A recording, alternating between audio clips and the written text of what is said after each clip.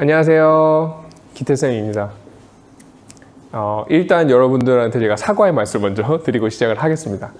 제가 저저번 영상이죠. 그 저저번 영상을 만들면서 제가 사실 욕심을 좀 많이 부렸어요. 관련 영상들을 좀 보여주고 싶다. 그래가지고 다큐멘터리도 넣고 뭐 밀정도 넣고 영화, 그다음에 드라마 야인시대까지 마지막에 또 넣었는데 딱 그 올리고 나니까 유튜브 측에서 이제 저작권 침해 요소가 이렇게 딱딱 나와요. 그럼 이제 거기에 대해서 제가 나는 이런 용도 이렇게 쓰기 때문에 괜찮다라고 이제 메시지를 보내거든요. 요청을 하는 거예요. 뭐 해도 되지 않겠느냐 이렇게. 그랬더니 이제 검토하는 기간 동안에는 영상이 이제 그대로 이제 송출이 된 겁니다. 그래서 아마 그때 클릭을 하셨던 분들은 온전한 버전의 영상을 보셨을 거예요. 아마 야인시대까지 보셨겠죠.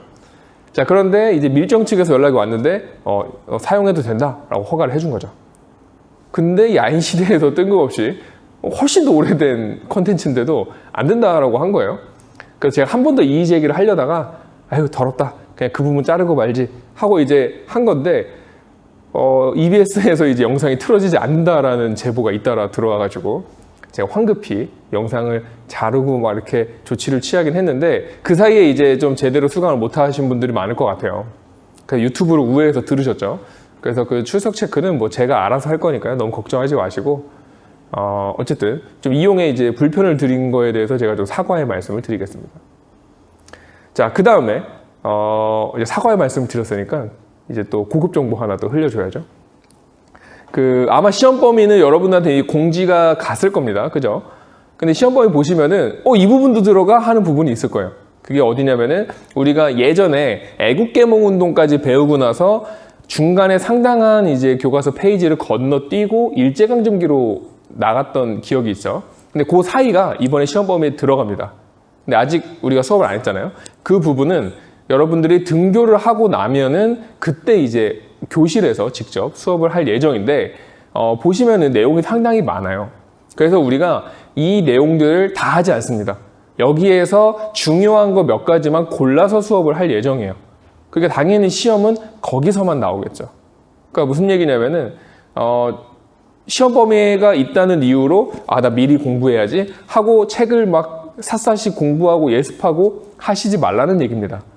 여기는 수업 때 딱 다루는 내용만 찝어서 공부해도 충분히 문제를 푸실 수 있기 때문에 절대 미리 공부하지 마시고 좀 기다리셨다가 등교하고 나서 같이 하는 걸로 하겠습니다. 아시겠죠? 나중에 또 등교해가지고 뭐야 나 여기 다 공부했는데 이런 학생 분명히 또 나옵니다. 조심하세요. 여기 다 하려고 하면 머리 터집니다. 자, 그러면은 오늘 이제 시험 보기 전 마지막 온라인 강의가 될 겁니다. 그러니까 이제 아마 시험 문제가 쏟아질 수 있겠죠. 그러니까 제가 아마 시험 문제를 좀 염두에 두고 강의를 할 확률이 높아요. 그러니까 집중해서 들어주시기 바랍니다. 자, 시작하겠습니다.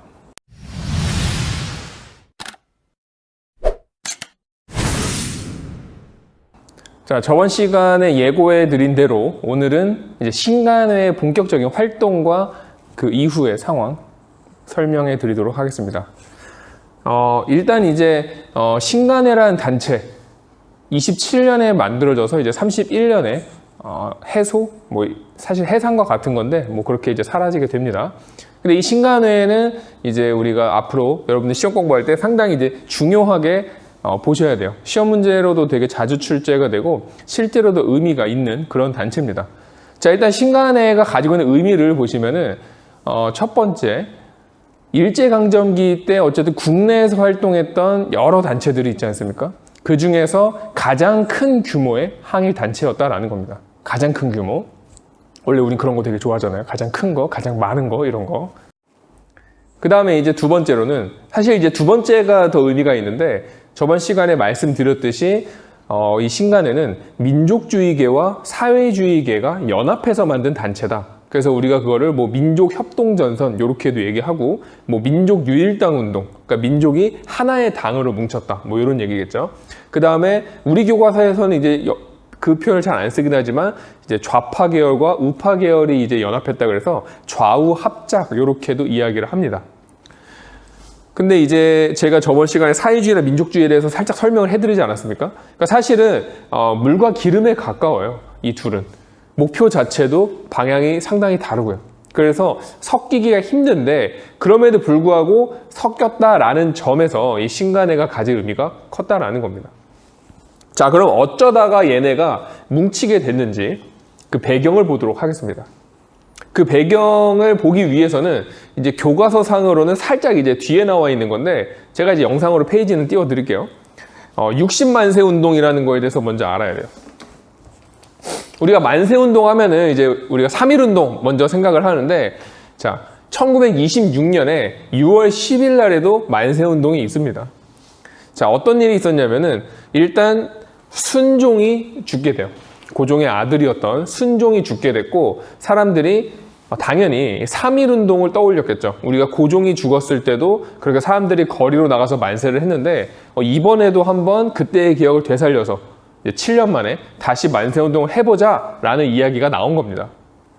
그래서 그때 이제 조선공산당과 천도교가 만나가지고 이 만세 시위에 대해서 계획을 하기 시작해요. 그러니까 중심은 사실 조선공산당이었고 거기에 이제 천도교의 세력이 이제 참여를 하게 되는데, 보시면 알겠지만 조선공산당은 당연히 사회주의 계열이죠. 그리고 천도교는, 원래 천도교가 뭐였는지 혹시 기억나시나요? 이 친구들이 동학이었죠, 동학. 그러니까 당연히 성향이 어떻겠습니까? 네, 민족주의 계열일 확률이 높겠죠. 그래서 천도교는 사실은 조선공산당하고 사이가 좋진 않았을 텐데 어떤 대의를 위해서 한번 뭉친 겁니다. 우리 한번 계획을 해보자. 그런데 문제는 좀 뭔가 좀 허술했는지 걸렸어요. 사전에 계획 도중에 걸려가지고 제대로 실행을 못하게 됩니다. 자, 그런데 1920년대의 특징 중에 하나가 뭐냐면은 제가 3.1운동 의의 때도 설명했는데 학생들이 어떤 사회운동의 중심 세력으로 떠올라요. 3.1운동 때로 사실상 중심이 학생이지 않았습니까? 그래서 학생들이 다시 자기들끼리 60만세 운동을 계획하기 시작해요. 대체로 이제 사회주의 계열의 학생들이 많은데 이 학생들이 이제 자기들이 이제 뭐 사람들을 모으고 딱 근데 만세 시 어떻게 할지 계획을 딱 해가지고 6월 10일 날 이제 만세 운동을 하게 된 겁니다. 근데 이제 안타깝게도 이게 3.1 운동하고는 다르게 어떤 폭발적인 영향력이 있지는 않았어요. 그러니까 규모는 3.1 운동에 비하면 크지 않았다. 그러니까 아무래도 일본이 두 번 당하지는 않지 않겠습니까? 그러니까 이미 3.1 운동 때 경험이 있기 때문에 이 순종의 장례식 때 만반의 이제 준비를 한 부분이 있어요. 얘네 또 뭔가 할지 모른다라는 생각을 했겠죠. 자, 그래가지고 이 60만세 운동은 막 전국적으로 확산이 되진 못했고 좀 어떻게 보면은 소규모로 이제 진행이 됐다가 사그라들게 됩니다. 자, 그런데 이제 한 가지 뭐가 중요한 거냐면은 어쨌든 이 60만세 운동을 계획하고 실행하는 그 과정에 있어서 조선공산당과 천도교가 어째 손을 잡았었다라는 거예요. 그러니까 한번 같이 해봤더니 뭐 그래도 좀 말이 통하는 애들이네, 뭐 그래도 그렇게 나쁜 애들은 아닌 것 같네, 이런 식으로 좀 서로 확인을 한 겁니다. 그 전까지는 그냥 서로 그냥 멀리서 막 욕하고 손가락질하고 하다가 같이 해보니까 뭐 맞는 부분도 있겠네, 이런 경험을 하게 된 거예요. 그러니까 나중에 같이 하자고 했을 때 그 경험이 많은 도움이 된 겁니다. 자, 그 상황에서 제가 저번 시간에 말씀드린 거 다시 한번 말씀드리면은 뭐 치안유지법 막 이런 게 있었죠. 그래가지고 활동이 어려워졌고 뭐 코민테른에서 민족주의하고도 손잡아 뭐 이런 얘기 막 있었죠.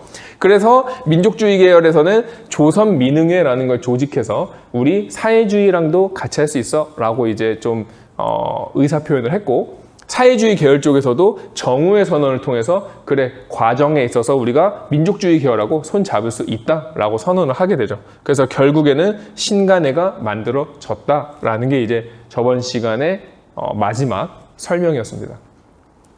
그래서 우리가 이런 것들을 이제 제가 저번에 표시를 안 했는데 이런 거 이제 민족유일당 운동이라 그래요.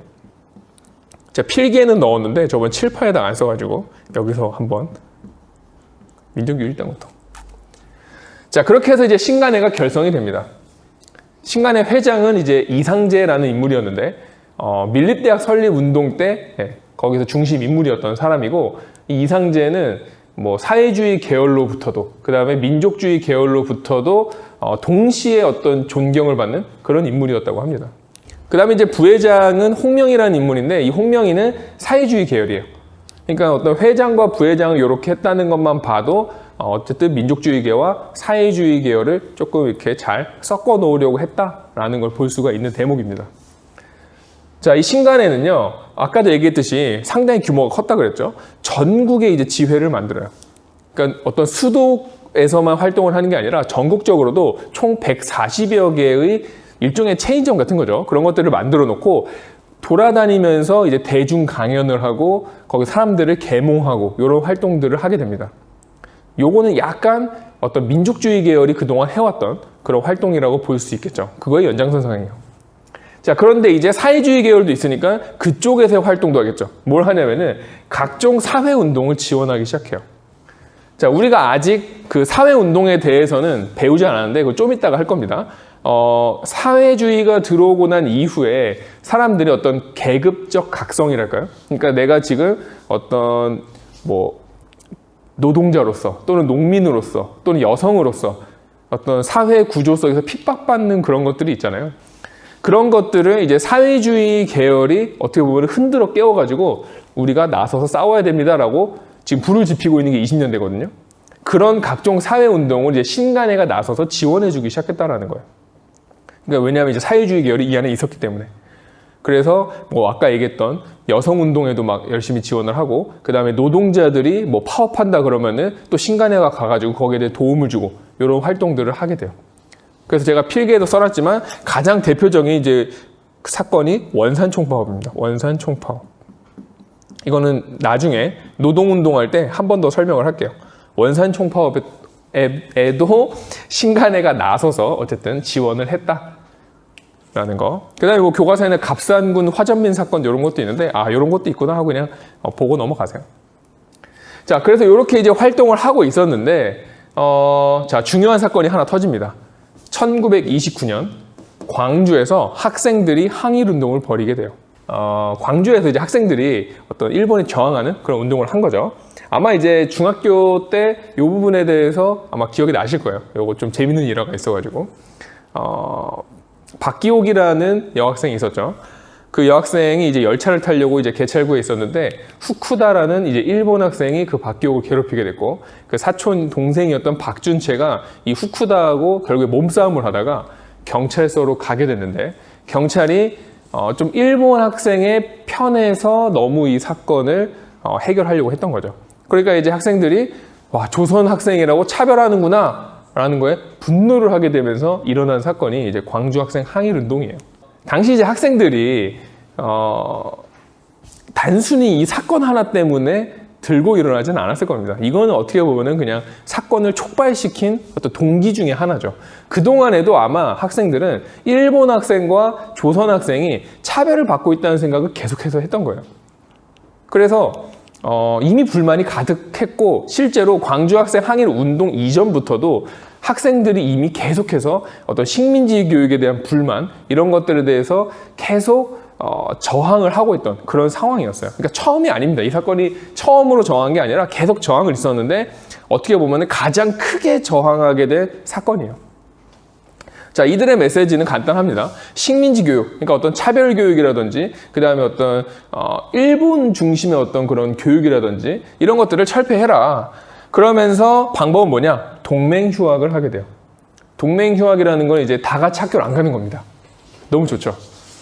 다 같이 우리 수업 거부하자. 수업 거부하고 우리 그냥 거리로 나가서 우리의 이제 메시지를 전달하자라는 거고, 실제로 이제 여러분들 경험하신 적이 있을지 모르겠지만 종종 대학생들은 이걸 하곤 합니다. 어떤 정치적인 이유로. 최근에도 있긴 있었죠. 그래서 동맹유학을 했는데 문제는 이게 광주에서만 끝난 게 아니에요. 그러니까 사람들이, 학생들이 동맹휴학을 한다고 하니까 너도 나도 그럼 우리도 가지 말자 이러면서 전국에 있는 300여 개의 학교가 합심을 합니다. 그러니까 이런 거는 또 우리가 합심을 잘하잖아요. 학교 안 가기 운동 하면은 저도 당장 내일부터 안 갈 것 같은데. 그래서 동맹유학이 전국적으로 확산이 됩니다.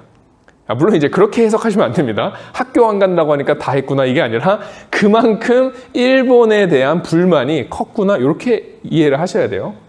자, 그런데 이 모습을 보고 신간회가 놀란 거예요.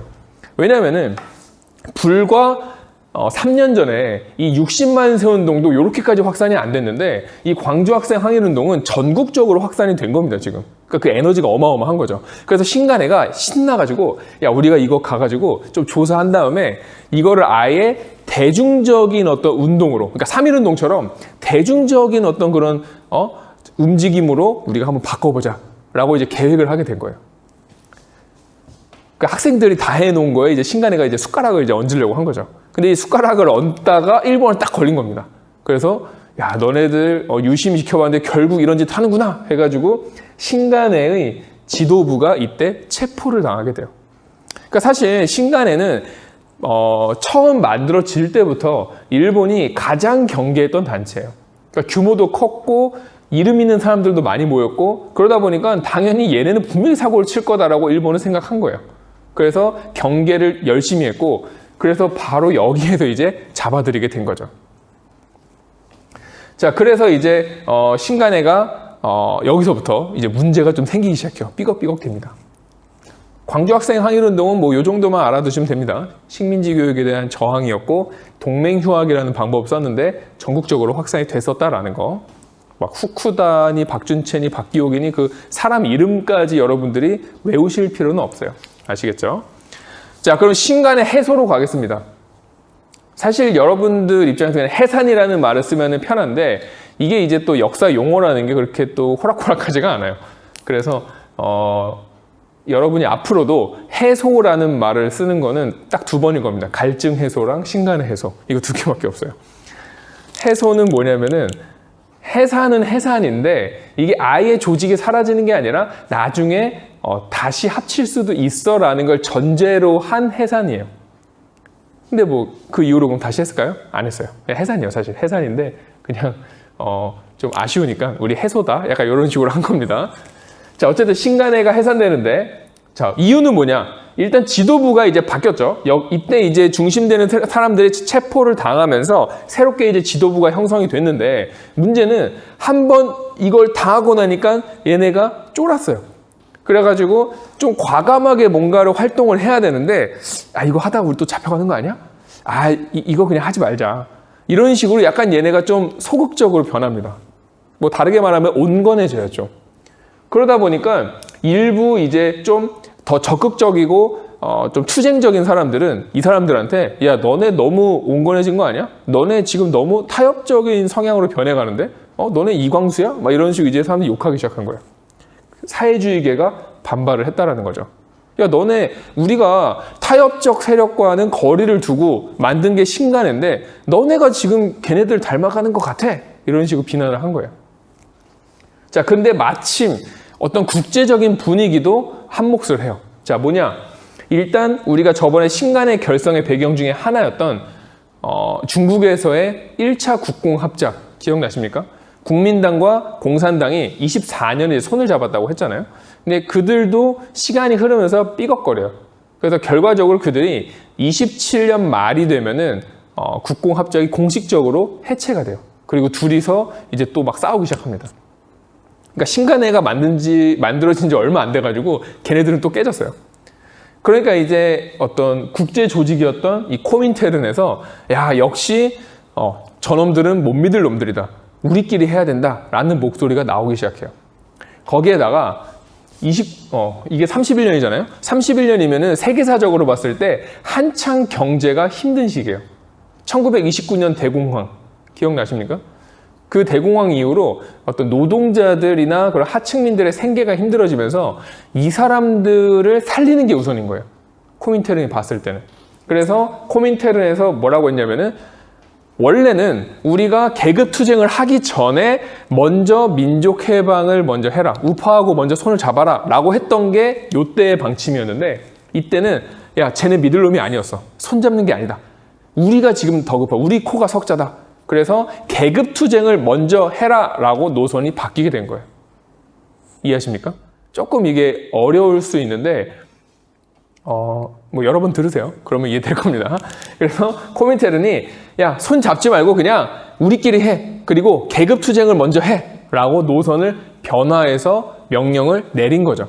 그래서 국내에 있던 사회주의자들도 야, 코민테른에서도 이렇게 하라 그랬어. 안 그래도 쟤네 좀 타협적인 것 같은데 야, 신간에 이거 나가리 시키자 라고 한 겁니다. 그랬더니 이제 민족주의 계열에서는 야, 아무리 너네 계급 투쟁이 중요하더라도 민족이 먼저 아니냐 이러면서 먼저 민족의 해방을 이루고 그 다음에 이제 가자 이런 식으로 이제 막 회유를 했어요. 그래서 이제 막 신간회를 두고 또 격렬한 또 논쟁이 벌어진 거죠. 마치 우리 임시정부 때 국민대표회의처럼. 근데 결과적으로는 이제 신간회를 잠정적으로 해산하기로 했고 그렇게 이제 신간회가 마무리가 되는 게 이 1931년입니다. 그래서 그 이후로는 민족주의 계열 같은 경우에는 뭐 조선학 운동이라는 걸 하게 되는데 뭐 이거는 좀 이따가 다시 제가 부연 설명해 드리겠습니다.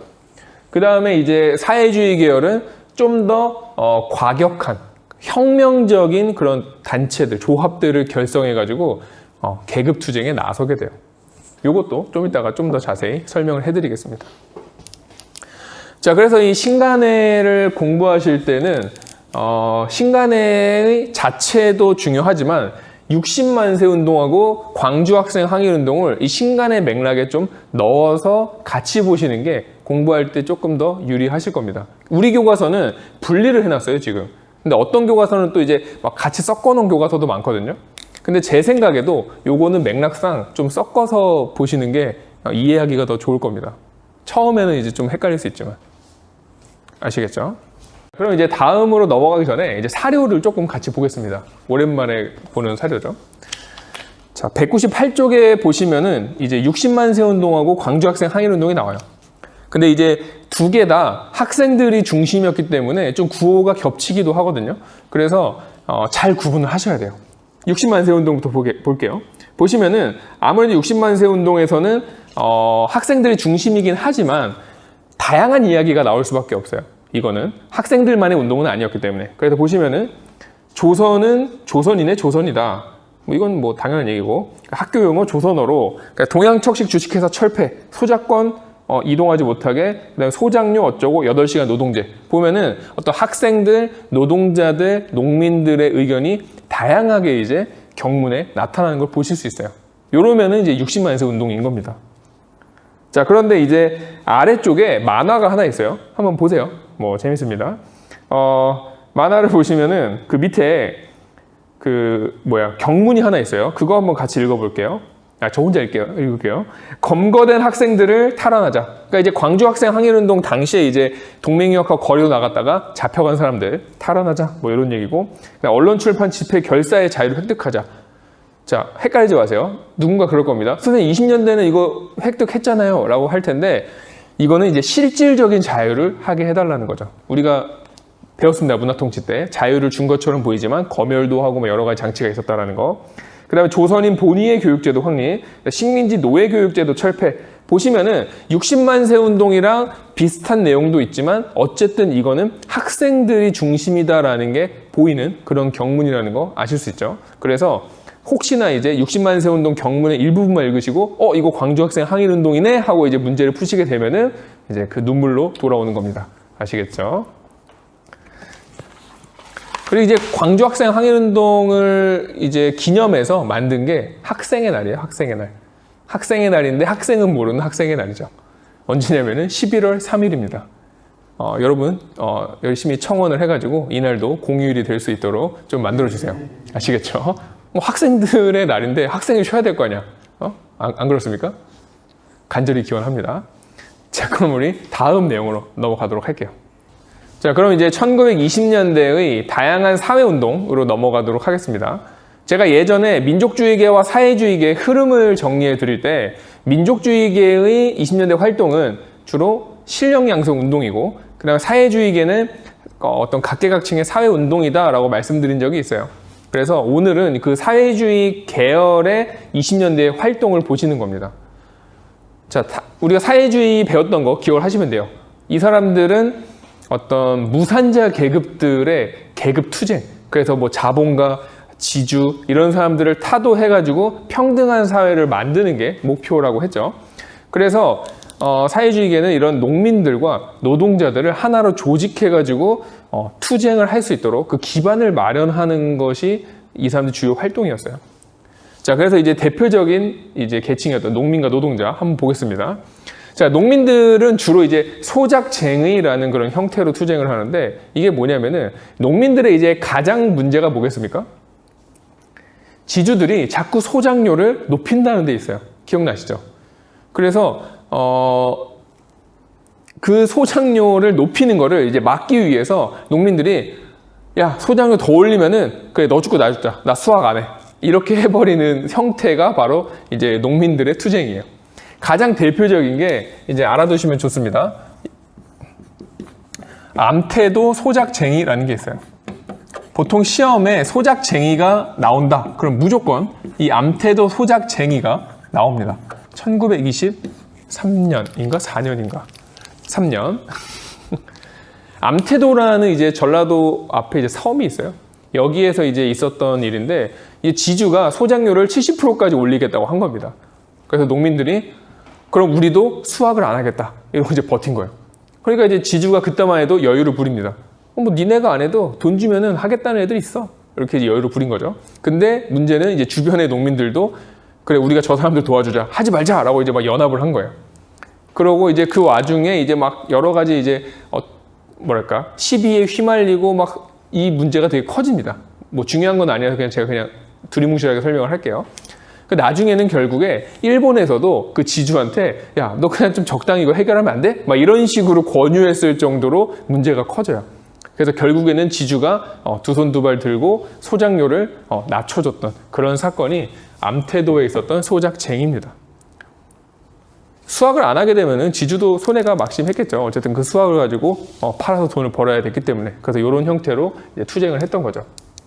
그래서 암태도 소작쟁이 알아두시고, 그 다음에 이제 노동자 같은 경우에는 당연히 이제 파업이겠죠. 파업. 농민에게 파업이 수확을 안 하는 거라면은 노동자들은 이제 공장을 출근하지 않고 공장을 가동시키지 못하게 하는 식으로 이제 투쟁을 했는데, 초반에는 이제 농민하고 노동자들이 이런 투쟁하는 방법이나 어떤 그 단체를 결성하고 하는 거에 대한 좀 경험이 없잖아요.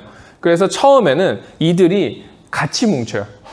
그게 조선 노농 총동맹입니다. 그러니까 노동자와 농민이 다 함께 모여가지고 단체를 만든 거예요. 왜냐하면 서로 이제 그런 투쟁에 대한 경험이 없으니까. 근데 당연한 얘기지만 둘의 투쟁 방식은 다르죠. 다르기 때문에 당연히 어느 정도 이 사람들이 경험이 쌓이고 이제 싸울 줄 알게 되면은 더 전문적으로 가게 되는 거예요. 그래서 24년만 해도 이렇게 함께 활동을 했지만 1927년이 되면은 조선 농민총동맹과 조선 노동총동맹으로 각각 갈라지게 돼요. 이 갈라지는 게 뭐 둘이 사이가 안 좋아가지고 야 우리 이제 너네랑 안 놀아 이런 개념이 아니라 좀 더 농민에게 특화된 단체가 되고 좀 더 노동자들 특화된 단체가 되는 개념입니다. 그러니까 좀 더 전문적이 된 거죠. 그러면서 이제 정말 여러 가지 노동쟁이와 소작쟁이가 이 시기에 있었던 겁니다. 자, 그 중에 이제 가장 대표적인 게 또 하나 기억하시면 좋겠죠. 여기서 있었던 게 바로 아까 제가 한번 언급했던 원산 총파업이에요. 이 원산 총파업 연도도 아시면 좋은데 1929년입니다. 이런 소작쟁이와 노동쟁이가 시간이 흐를수록 점점 더 투쟁적으로 변해요. 그 시작이 거의 원산총파업이라고 보면 되는데, 이 원산총파업은 뭐 일본인 감독관에 대해서 이제 조선인 노동자들이 이제 들고 일어나면서 원산에 있는 주민의 거의 뭐 3분의 1 가량이 파업을 하고 나섰던 어마어마한 규모의 파업이었습니다. 뭐 가담한 사람만 한 2,000명인가 그랬다 그래요. 그리고 이제 예전에 제가 한번 또 설명한 적이 있는데, 이 원산총파업에 대해서는 막 국제적인 지원이 있었어요. 그러니까 우리가 노동자들은 그 국가의 개념이 없다 그랬잖아요. 그래서 뭐 일본이라든지 뭐 프랑스라든지 여러 나라의 노동자들이 이 원산 총파업을 지원해주고 지지해주고 한 그런 내용들이 있습니다. 그리고 역시 아까 얘기했듯이 신간에도 이 원산 총파업을 지원해주면서 뭐 여러 가지 이제 도움을 줬죠. 근데 이제 원산 총파업은 결국에 이제 뭐 여러 가지 압박과 뭐 회유와 이런 걸 통해서 4달 정도 지속되다가 결국에는 이제 뭐 성공했다고 보기엔 좀 힘든 그런 결과를 낳게 돼요. 근데 어쨌든 이때부터는 이런 노동쟁이라든지 소작쟁이라든지 이런 것들의 형태가 좀 변하기 시작해요. 자, 무슨 얘기냐면은, 자, 20년대의 주로 투쟁은 대략 생존권 투쟁, 집중을 합니다. 그러니까 내가 당장 먹고 살아야 되는 문제. 그래서 합법적인 범위 내에서 하는 경우가 많았어요. 자, 그런데 30년대가 되면은 사람들이 이제 깨닫는 겁니다. 이게 단순히 어떤 내가 지금 우리 사장님하고만 싸우는 문제, 우리 지주하고만 싸우는 문제뿐만이 아니라 거대한 어떤 일본이라는 그 그림자가 크다는 걸 알게 되는 거예요. 그리고 이런 식으로 합법적 범위 안에서 투쟁하는 거는 결국에는 이제 제대로 효과를 보지 못한다는 것도 안 겁니다. 그래서 이제 30년대부터는 어떻게 되냐면은 이름부터가 다르죠. 혁명적인 농민조합, 혁명적인 노동조합. 그러니까 20년대보다 좀 더 과격해진 형태의 단체들이 나타나요. 그래서 이때부터는 좀 불법적이기도 하고 글씨를 막 써서 죄송합니다.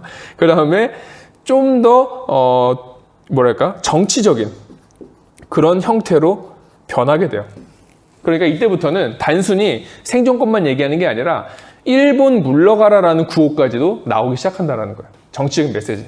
그러다 보니까 이때부터 이제 일본이 이제 이거 가만히 놔두면 안 되겠구나 해가지고 훨씬 더 강하게 탄압을 하고 압박을 하고 그렇게 이제 진압을 한 거죠. 그러니까 우리도 당연히 더 전투적이고 더 투쟁적이고 더 이렇게 뭐랄까 과격한 그런 이제 투쟁들을 하는데 결국에는 이제 뭐 일본이 이길 수밖에 없지 않겠습니까? 그래서 결국에는 이런 활동들이 30년대 이제 중반 넘어가면은 거의 이제 가라앉게 돼요. 뭐 여러 가지 배경이 있지만. 자, 제가 설명을 좀 많이 했는데 여기서는 사실 어렵게 공부하지 마시고요. 그냥 농민하고 노동자가 어떤 방식으로 투쟁을 했는지, 그리고 대표적인 투쟁 사건이 뭐였는지, 암태도랑 원산, 그 다음에 20년대와 어떤 30년대의 성격, 이렇게 나눠서 공부하시면 될 것 같아요. 사실 어려운 내용은 아닙니다. 여기는 쭉 보시고요. 자, 그 다음에 제가 이 얘기를 시작하기 전에 안 했는데 교과서상으로 제가 지금 슬쩍 뛰어넘었어요. 죄송합니다. 193쪽부터 195쪽 요거는 그냥 뭐 재미로 읽어보세요. 이 시대의 분위기가 이랬구나. 시험에는 여기는 이제 내진 않겠습니다. 그래서 우리는 지금 196쪽으로 온 건데, 자, 196쪽부터는 제가 수업하는 내용 외에는 안 나옵니다. 그러니까 지금 제가 언급해드린 거 있잖아요. 요거 외에는 시험에 안 낼 거예요. 그러니까 선생님 교과서에 근데 이런 내용도 있던데요. 뭐 있겠죠. 근데 제가 수업 안 하면은 안 나오는 겁니다. 자, 그런 줄 아시면 됩니다. 그러니까 제 얘기를 집중해서 들으셔야겠죠. 자, 이제 한 장 넘겨보면은 198쪽에 이제 아까 또 봤었는데 청년 학생 운동, 그다음 여성 소년 운동, 형평 운동 이런 것들이 있어요. 요것도 역시 제가 말하는 것만, 그리고 필기에 제가 적어드린 것만 위주로 공부하시면 됩니다. 쓰지도 않을게요. 말로 그냥 빨리빨리 하겠습니다. 자, 일단 청년 학생은 1920년대에 중심적인 역할을 한다고 했죠. 그래서 여러 단체들이 있어요. 뭐 조선 청년 총동맹이라는 단체도 있는데 이 되게 비슷하죠. 요거랑 우리 교과서는 안 나왔고. 그래서 이제 60만세 운동이라든지 광주 학생 항일 운동이라든지 이런 이제 대규모 어떤 시위에서 항상 중심적인 그런 역할을 했었다. 뭐 그런 정도로 그냥 이해하시면 됩니다. 그 다음에 여성은 좀 교과서에 더 이제 많이 실었으면 좋겠는데 아직은 그렇게 많지는 않죠. 근대 교육을 받은 이제 여성들이 이제 신여성이라 그래가지고 어떤 남녀 평등을 강조하고 다른 여성들에게 이제 어떤 계몽이라든지 이런 활동들을 많이 하게 됩니다. 그러면서 이제 여성들도 뭐 사회주의계와 민족주의계가 또 있었겠죠. 그래서 조선 동우회라는 단체가 있는데 이 단체는 이제 사회주의계예요. 그래서 이제 여성 노동 운동을 주로 담당했고 지원을 했습니다. 자, 그 다음에 저번에 신간회 할 때 설명했던 이제 근우회, 이 근우회도 역시 민족주의계와 사회주의계가 연합했던 그런 단체이기 때문에 기억을 꼭 하셔야 될 것 같습니다. 근우회. 자, 그 다음에 소년으로 갈게요. 소년, 반가운 분 나오죠? 우리 모두의 히어로, 방정환. 방정환은 이제 천도교에 있었던 사람이에요. 제가 알기로 이제 방정환이 손병희의 사위인가 그런 걸로 알고 있습니다. 그래서 천도교 소속이고, 이분은 이제 아이들의 어떤 인권에 대해서도 우리가 좀 신경을 써야 된다. 그래가지고 어린이라는 용어를 만들고 아이들을 조금 이제 보듬어 줘야 될 대상, 그 다음에 우리가 열심히 애들을 교육시켜가지고 더 나은 이제 사람이 될 수 있도록 도와줘야 하는 그런 대상으로 이제 여기게 됐죠. 그리고 이분 덕분에 우리는 5월에 항상 하루씩 쉬고 있는 아주 고마운 분이 아닐 수 없습니다. 꼭 기억을 해주셔야겠죠. 어쨌든 천도교와 관련됐다라는 거. 그 다음에 이제 형평운동이라는 게 있습니다. 형평이라는 거는 이제 저울처럼 평평하게 이런 뜻이에요. 저울 형자에 평평할 평자인데 요거는 백정에 대한 차별을 철폐하라는 운동입니다. 그러니까 우리가 신분제 자체는 사실 1894년에 갑오개혁 때 이미 없어졌는데 유독 이 백정들에 대해서만 여전히 사회적인 어떤 인식이랄까, 그 다음에 제도상의 어떤 차별이 있었어요.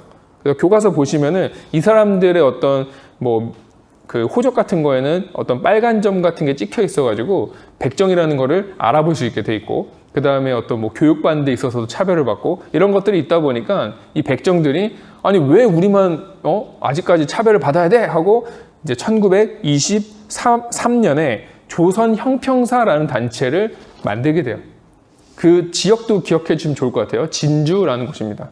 왜냐면 이 진주가 그 소를 잡는 우시장이 되게 발달된 곳이었어요. 그래서 이제 백정들이 되게 많이 모여 있는 곳이었고, 그러다 보니까 여기에서 이제 처음으로 백정의 어떤 인권을 주장하는 단체가 만들어졌다. 이렇게 연결해서 이해를 하시면 될 것 같습니다. 자, 그 다음에 넘어가고요. 여러 가지 사료가 있는데 한번 보세요. 관련된 사료는 꼭 읽어보시고, 그러니까 200쪽에 보면 사료 있습니다. 나중에 읽어보시고, 그 다음에 우리는 옆으로 또 넘어가서 민족문화 수호운동 요거 할게요. 여기도 마찬가지, 제가 지금 말씀드리는 내용에서만 문제가 출제가 됩니다. 제가 깊게 설명 안 드릴게요. 자, 한글 보겠습니다. 한글 아주 중요하죠. 한글. 자, 조선어 연구회가 있었고 여기에서 이제 각야날이라는 걸 제정을 했고, 이게 이제 지금 현재 이제 한글날 전신이라고 볼 수 있겠죠. 그 다음에 한글이라는 또 잡지도 발행을 했습니다. 그러니까 아무래도 이제 일제의 식민지가 됐다 보니까 우리말을 잃을 수도 있다라는 그런 위기감 때문에 더 이런 활동들이 20년대 이제 활발하게 나온 것 같아요. 그러다가 이제 31년이 되면은 이 조선어 연구회가 조선어 학회로 개편이 되고 거기에서 이제 여러 가지 연구를 한 거죠. 그래서 한글 맞춤법 통일안, 그 다음에 어떤 표준어와 외래어 표기법 이런 것들을 제정하게 되고, 이때 이렇게 제정을 했던 게 현재 이제 우리가 쓰고 있는 한글에 많은 영향을 이제 끼치게 됩니다. 그 다음에 이제 나중에는 이제 우리말 큰 사전이라는 거 이제 편찬하려고 했는데 일본의 어떤 탄압과 방해로 결국에 만들지 못했죠. 이 내용이 이제 아마 보신 분들도 있겠지만 그 말모이라는 영화가 요걸 소재로 한 영화입니다. 저는 안 봤어요. 재미없을 것 같아서. 그러다 이제 조선어 학회 사건 42년입니다. 요 사건으로 결국에는 해산을 당하게 됩니다. 그러니까 처음에는 이제 한글만 연구하는 것 같았지만 당연한 얘기지만 이런 거 연구하다 보면은 어떤 민족 호언이 이제 막 생기는 거고 당연히 항일운동의 성격을 띠지 않겠습니까? 그래서 결국에는 일제가 나서서 탄압을 했다라고 보시면 됩니다. 그 다음에 역사로 갈게요. 자, 역사는 첫 번째 조선사 편수회라는 단체가 있어요. 이 단체는 총독부에서 만든 단체고 당연한 얘기지만 친일 단체입니다. 그래서 얘네가 만든 조선사라는 책이 있는데 이 책은 한국사를 상당히 왜곡을 하고 있고 특히나 식민사관이라는 걸 주장을 하고 있어요. 식민사관이 뭐냐면은 간단하게 조선은 식민지가 될 수밖에 없었어 라는 걸 이제 주장하는 사관이에요. 그래서 타율성론, 정체성론, 당파성론이라는 게 나오는데 어떤 거냐면은 타율성론은 너네는 항상 어떤 남들의 영향을 받아야지만 뭔가 발전하고 이러는 애들이지 너네 스스로는 뭔가 할 수 없어. 그런 민족이야. 이렇게 주장을 하는 거고요. 정체성론은 너네는 역사가 더 이상 발전을 못하고 옛날에 아주 옛날에 그 단계에 아직도 멈춰 있어. 그러니까 우리가 도와줘야만 너네는 다음 단계로 가는 거야. 라는 이상한 이론이고요. 그 다음에 세 번째 당파성론은 야, 너네는 역사를 보면은 항상 니들끼리 너무 편갈라서 싸워. 그러니까 너네가 발전을 못하는 거야. 뭐만 하면 당파 싸움을 하고 있어. 이런 식으로 우리의 어떤 민족성을 정의하고 폄하해서 자기들이 이제 우리를 어떻게 보면 발전시켜주고 있다라고 이제 이야기하려고 하는 그런 이론들이라고 보시면 돼요. 근데 이걸 꼭 수업을 하다 보면은 학생들 중에 야, 근데 당파성론은 맞는 거 아니야? 보면은 우리 맨날 싸우잖아. 뭐 이런 얘기를 막 해요. 근데 되게 그거는 시야가 좁은 거죠.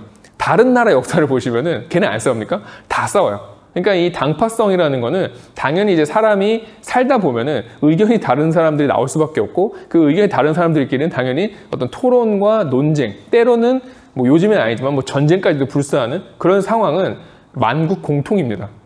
절대 막 이런 걸 보고서 우리나라가 그렇지 뭐 이런 식으로 접근하시면 안 돼요.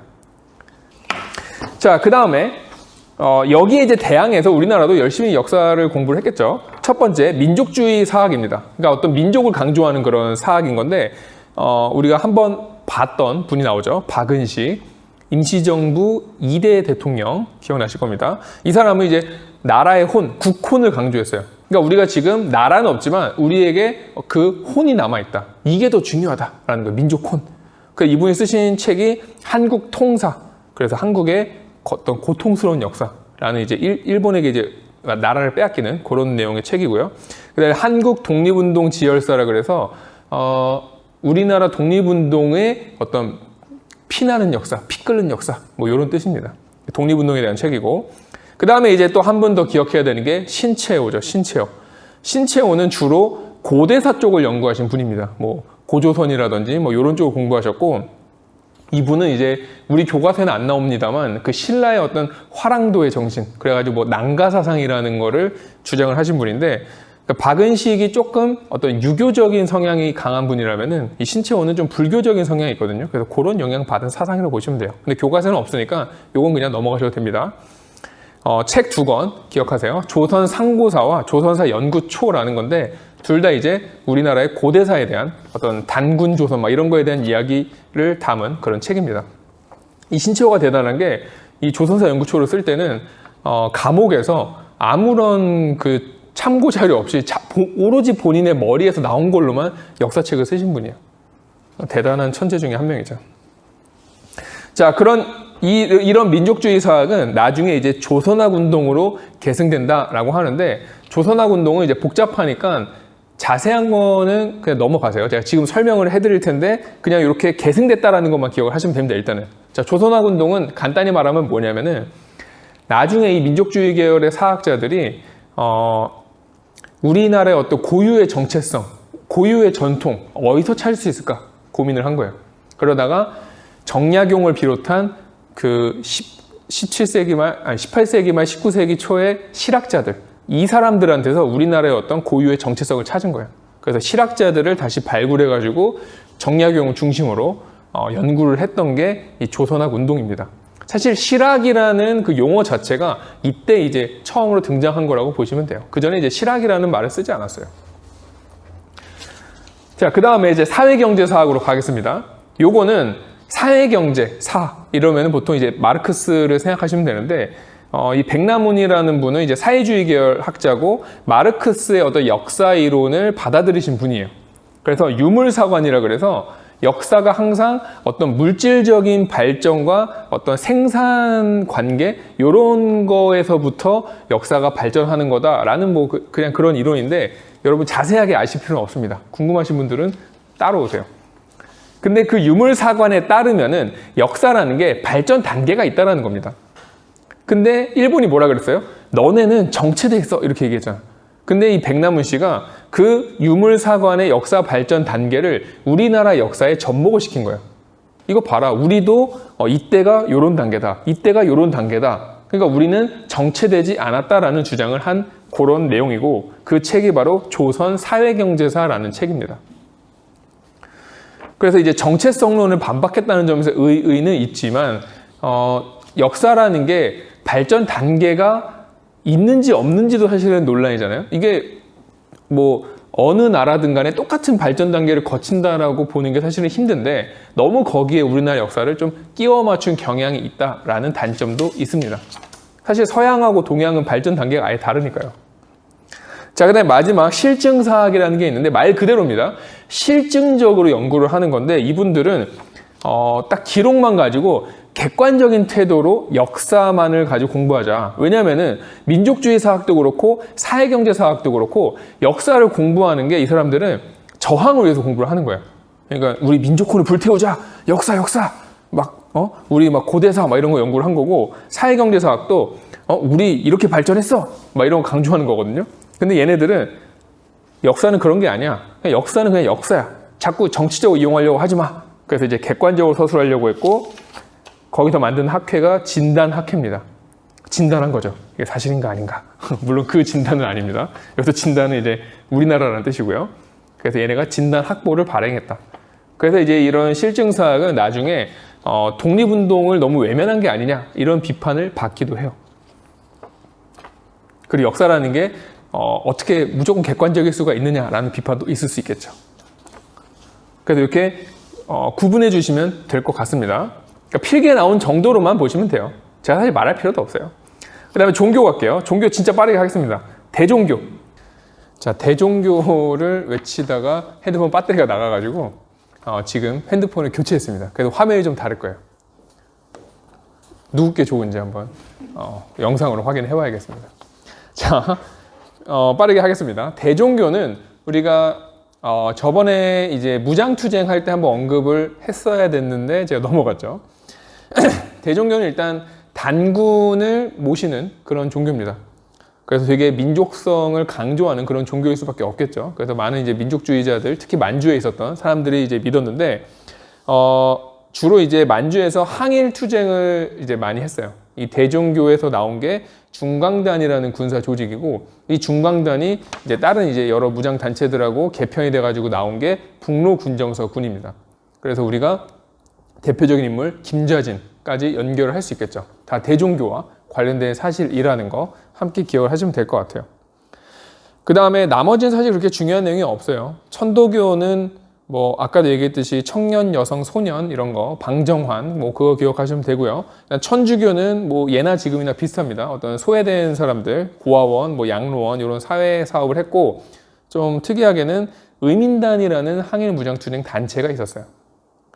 그 다음에 개신교는 뭐 똑같습니다. 교육운동 했고, 뭐 신사참배 거부운동 했는데, 사실 뭐 개신교가 신사참배 거부운동 한 거는 뭐 대단한 그런 건 아니고, 원래 개신교가 절 안 하잖아요.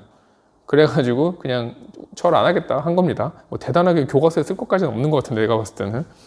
그 다음에 불교는 이제 일본이 이제 뭐 사찰령을 이제 내려가지고 어떤 스님들 관리하려고 하니까 그거 이제 폐지하자고 운동을 했고, 그 다음에 대표적으로 이제 한용운, 요 분은 기억하면 좋겠죠. 한용운이 이제 불교에서 가장 대표적인 항일운동을 했던 분이고, 어떤 불교 내의 개혁운동도 주도하셨던 분입니다. 3.1운동에서도 주도적인 역할을 하셨고요. 그래서 한용운은 기억하면 좋을 것 같아요. 그 다음에 원불교는 아마 지금 처음 들은 분들도 계실 텐데, 나름 우리나라의 4대 종교로 인정받고 있는 종교입니다. 왜냐면은 이제 이건희 씨가 믿고 있어가지고요. 살아 계신지 모르겠는데. 그래서 원불교는 불교의 대중화 뭐 이런 건데, 그냥 이런 게 있나 보다 하고 그냥 넘어가시면 돼요. 아시겠죠? 그 여기서 뭐 대종교, 그다음 천도교, 그다음 불교 정도 이렇게 보시면 될 것 같네요. 자, 이러면은 이제 우리의 시험 범위가 끝난 겁니다. 자, 수고하셨고, 질문은 항상 이제 비슷하게 올리시면 됩니다. 그 다음에 우리 이제 다음 주에는 직접 학교에 오시니까요. 그때 이제 저한테 직접 뭐 하셔도 되겠네요. 자, 수고하셨고, 이제는 학교에서 뵙도록 하겠습니다. 공부 열심히 하시고요. 안녕. 영상 잘 나오나?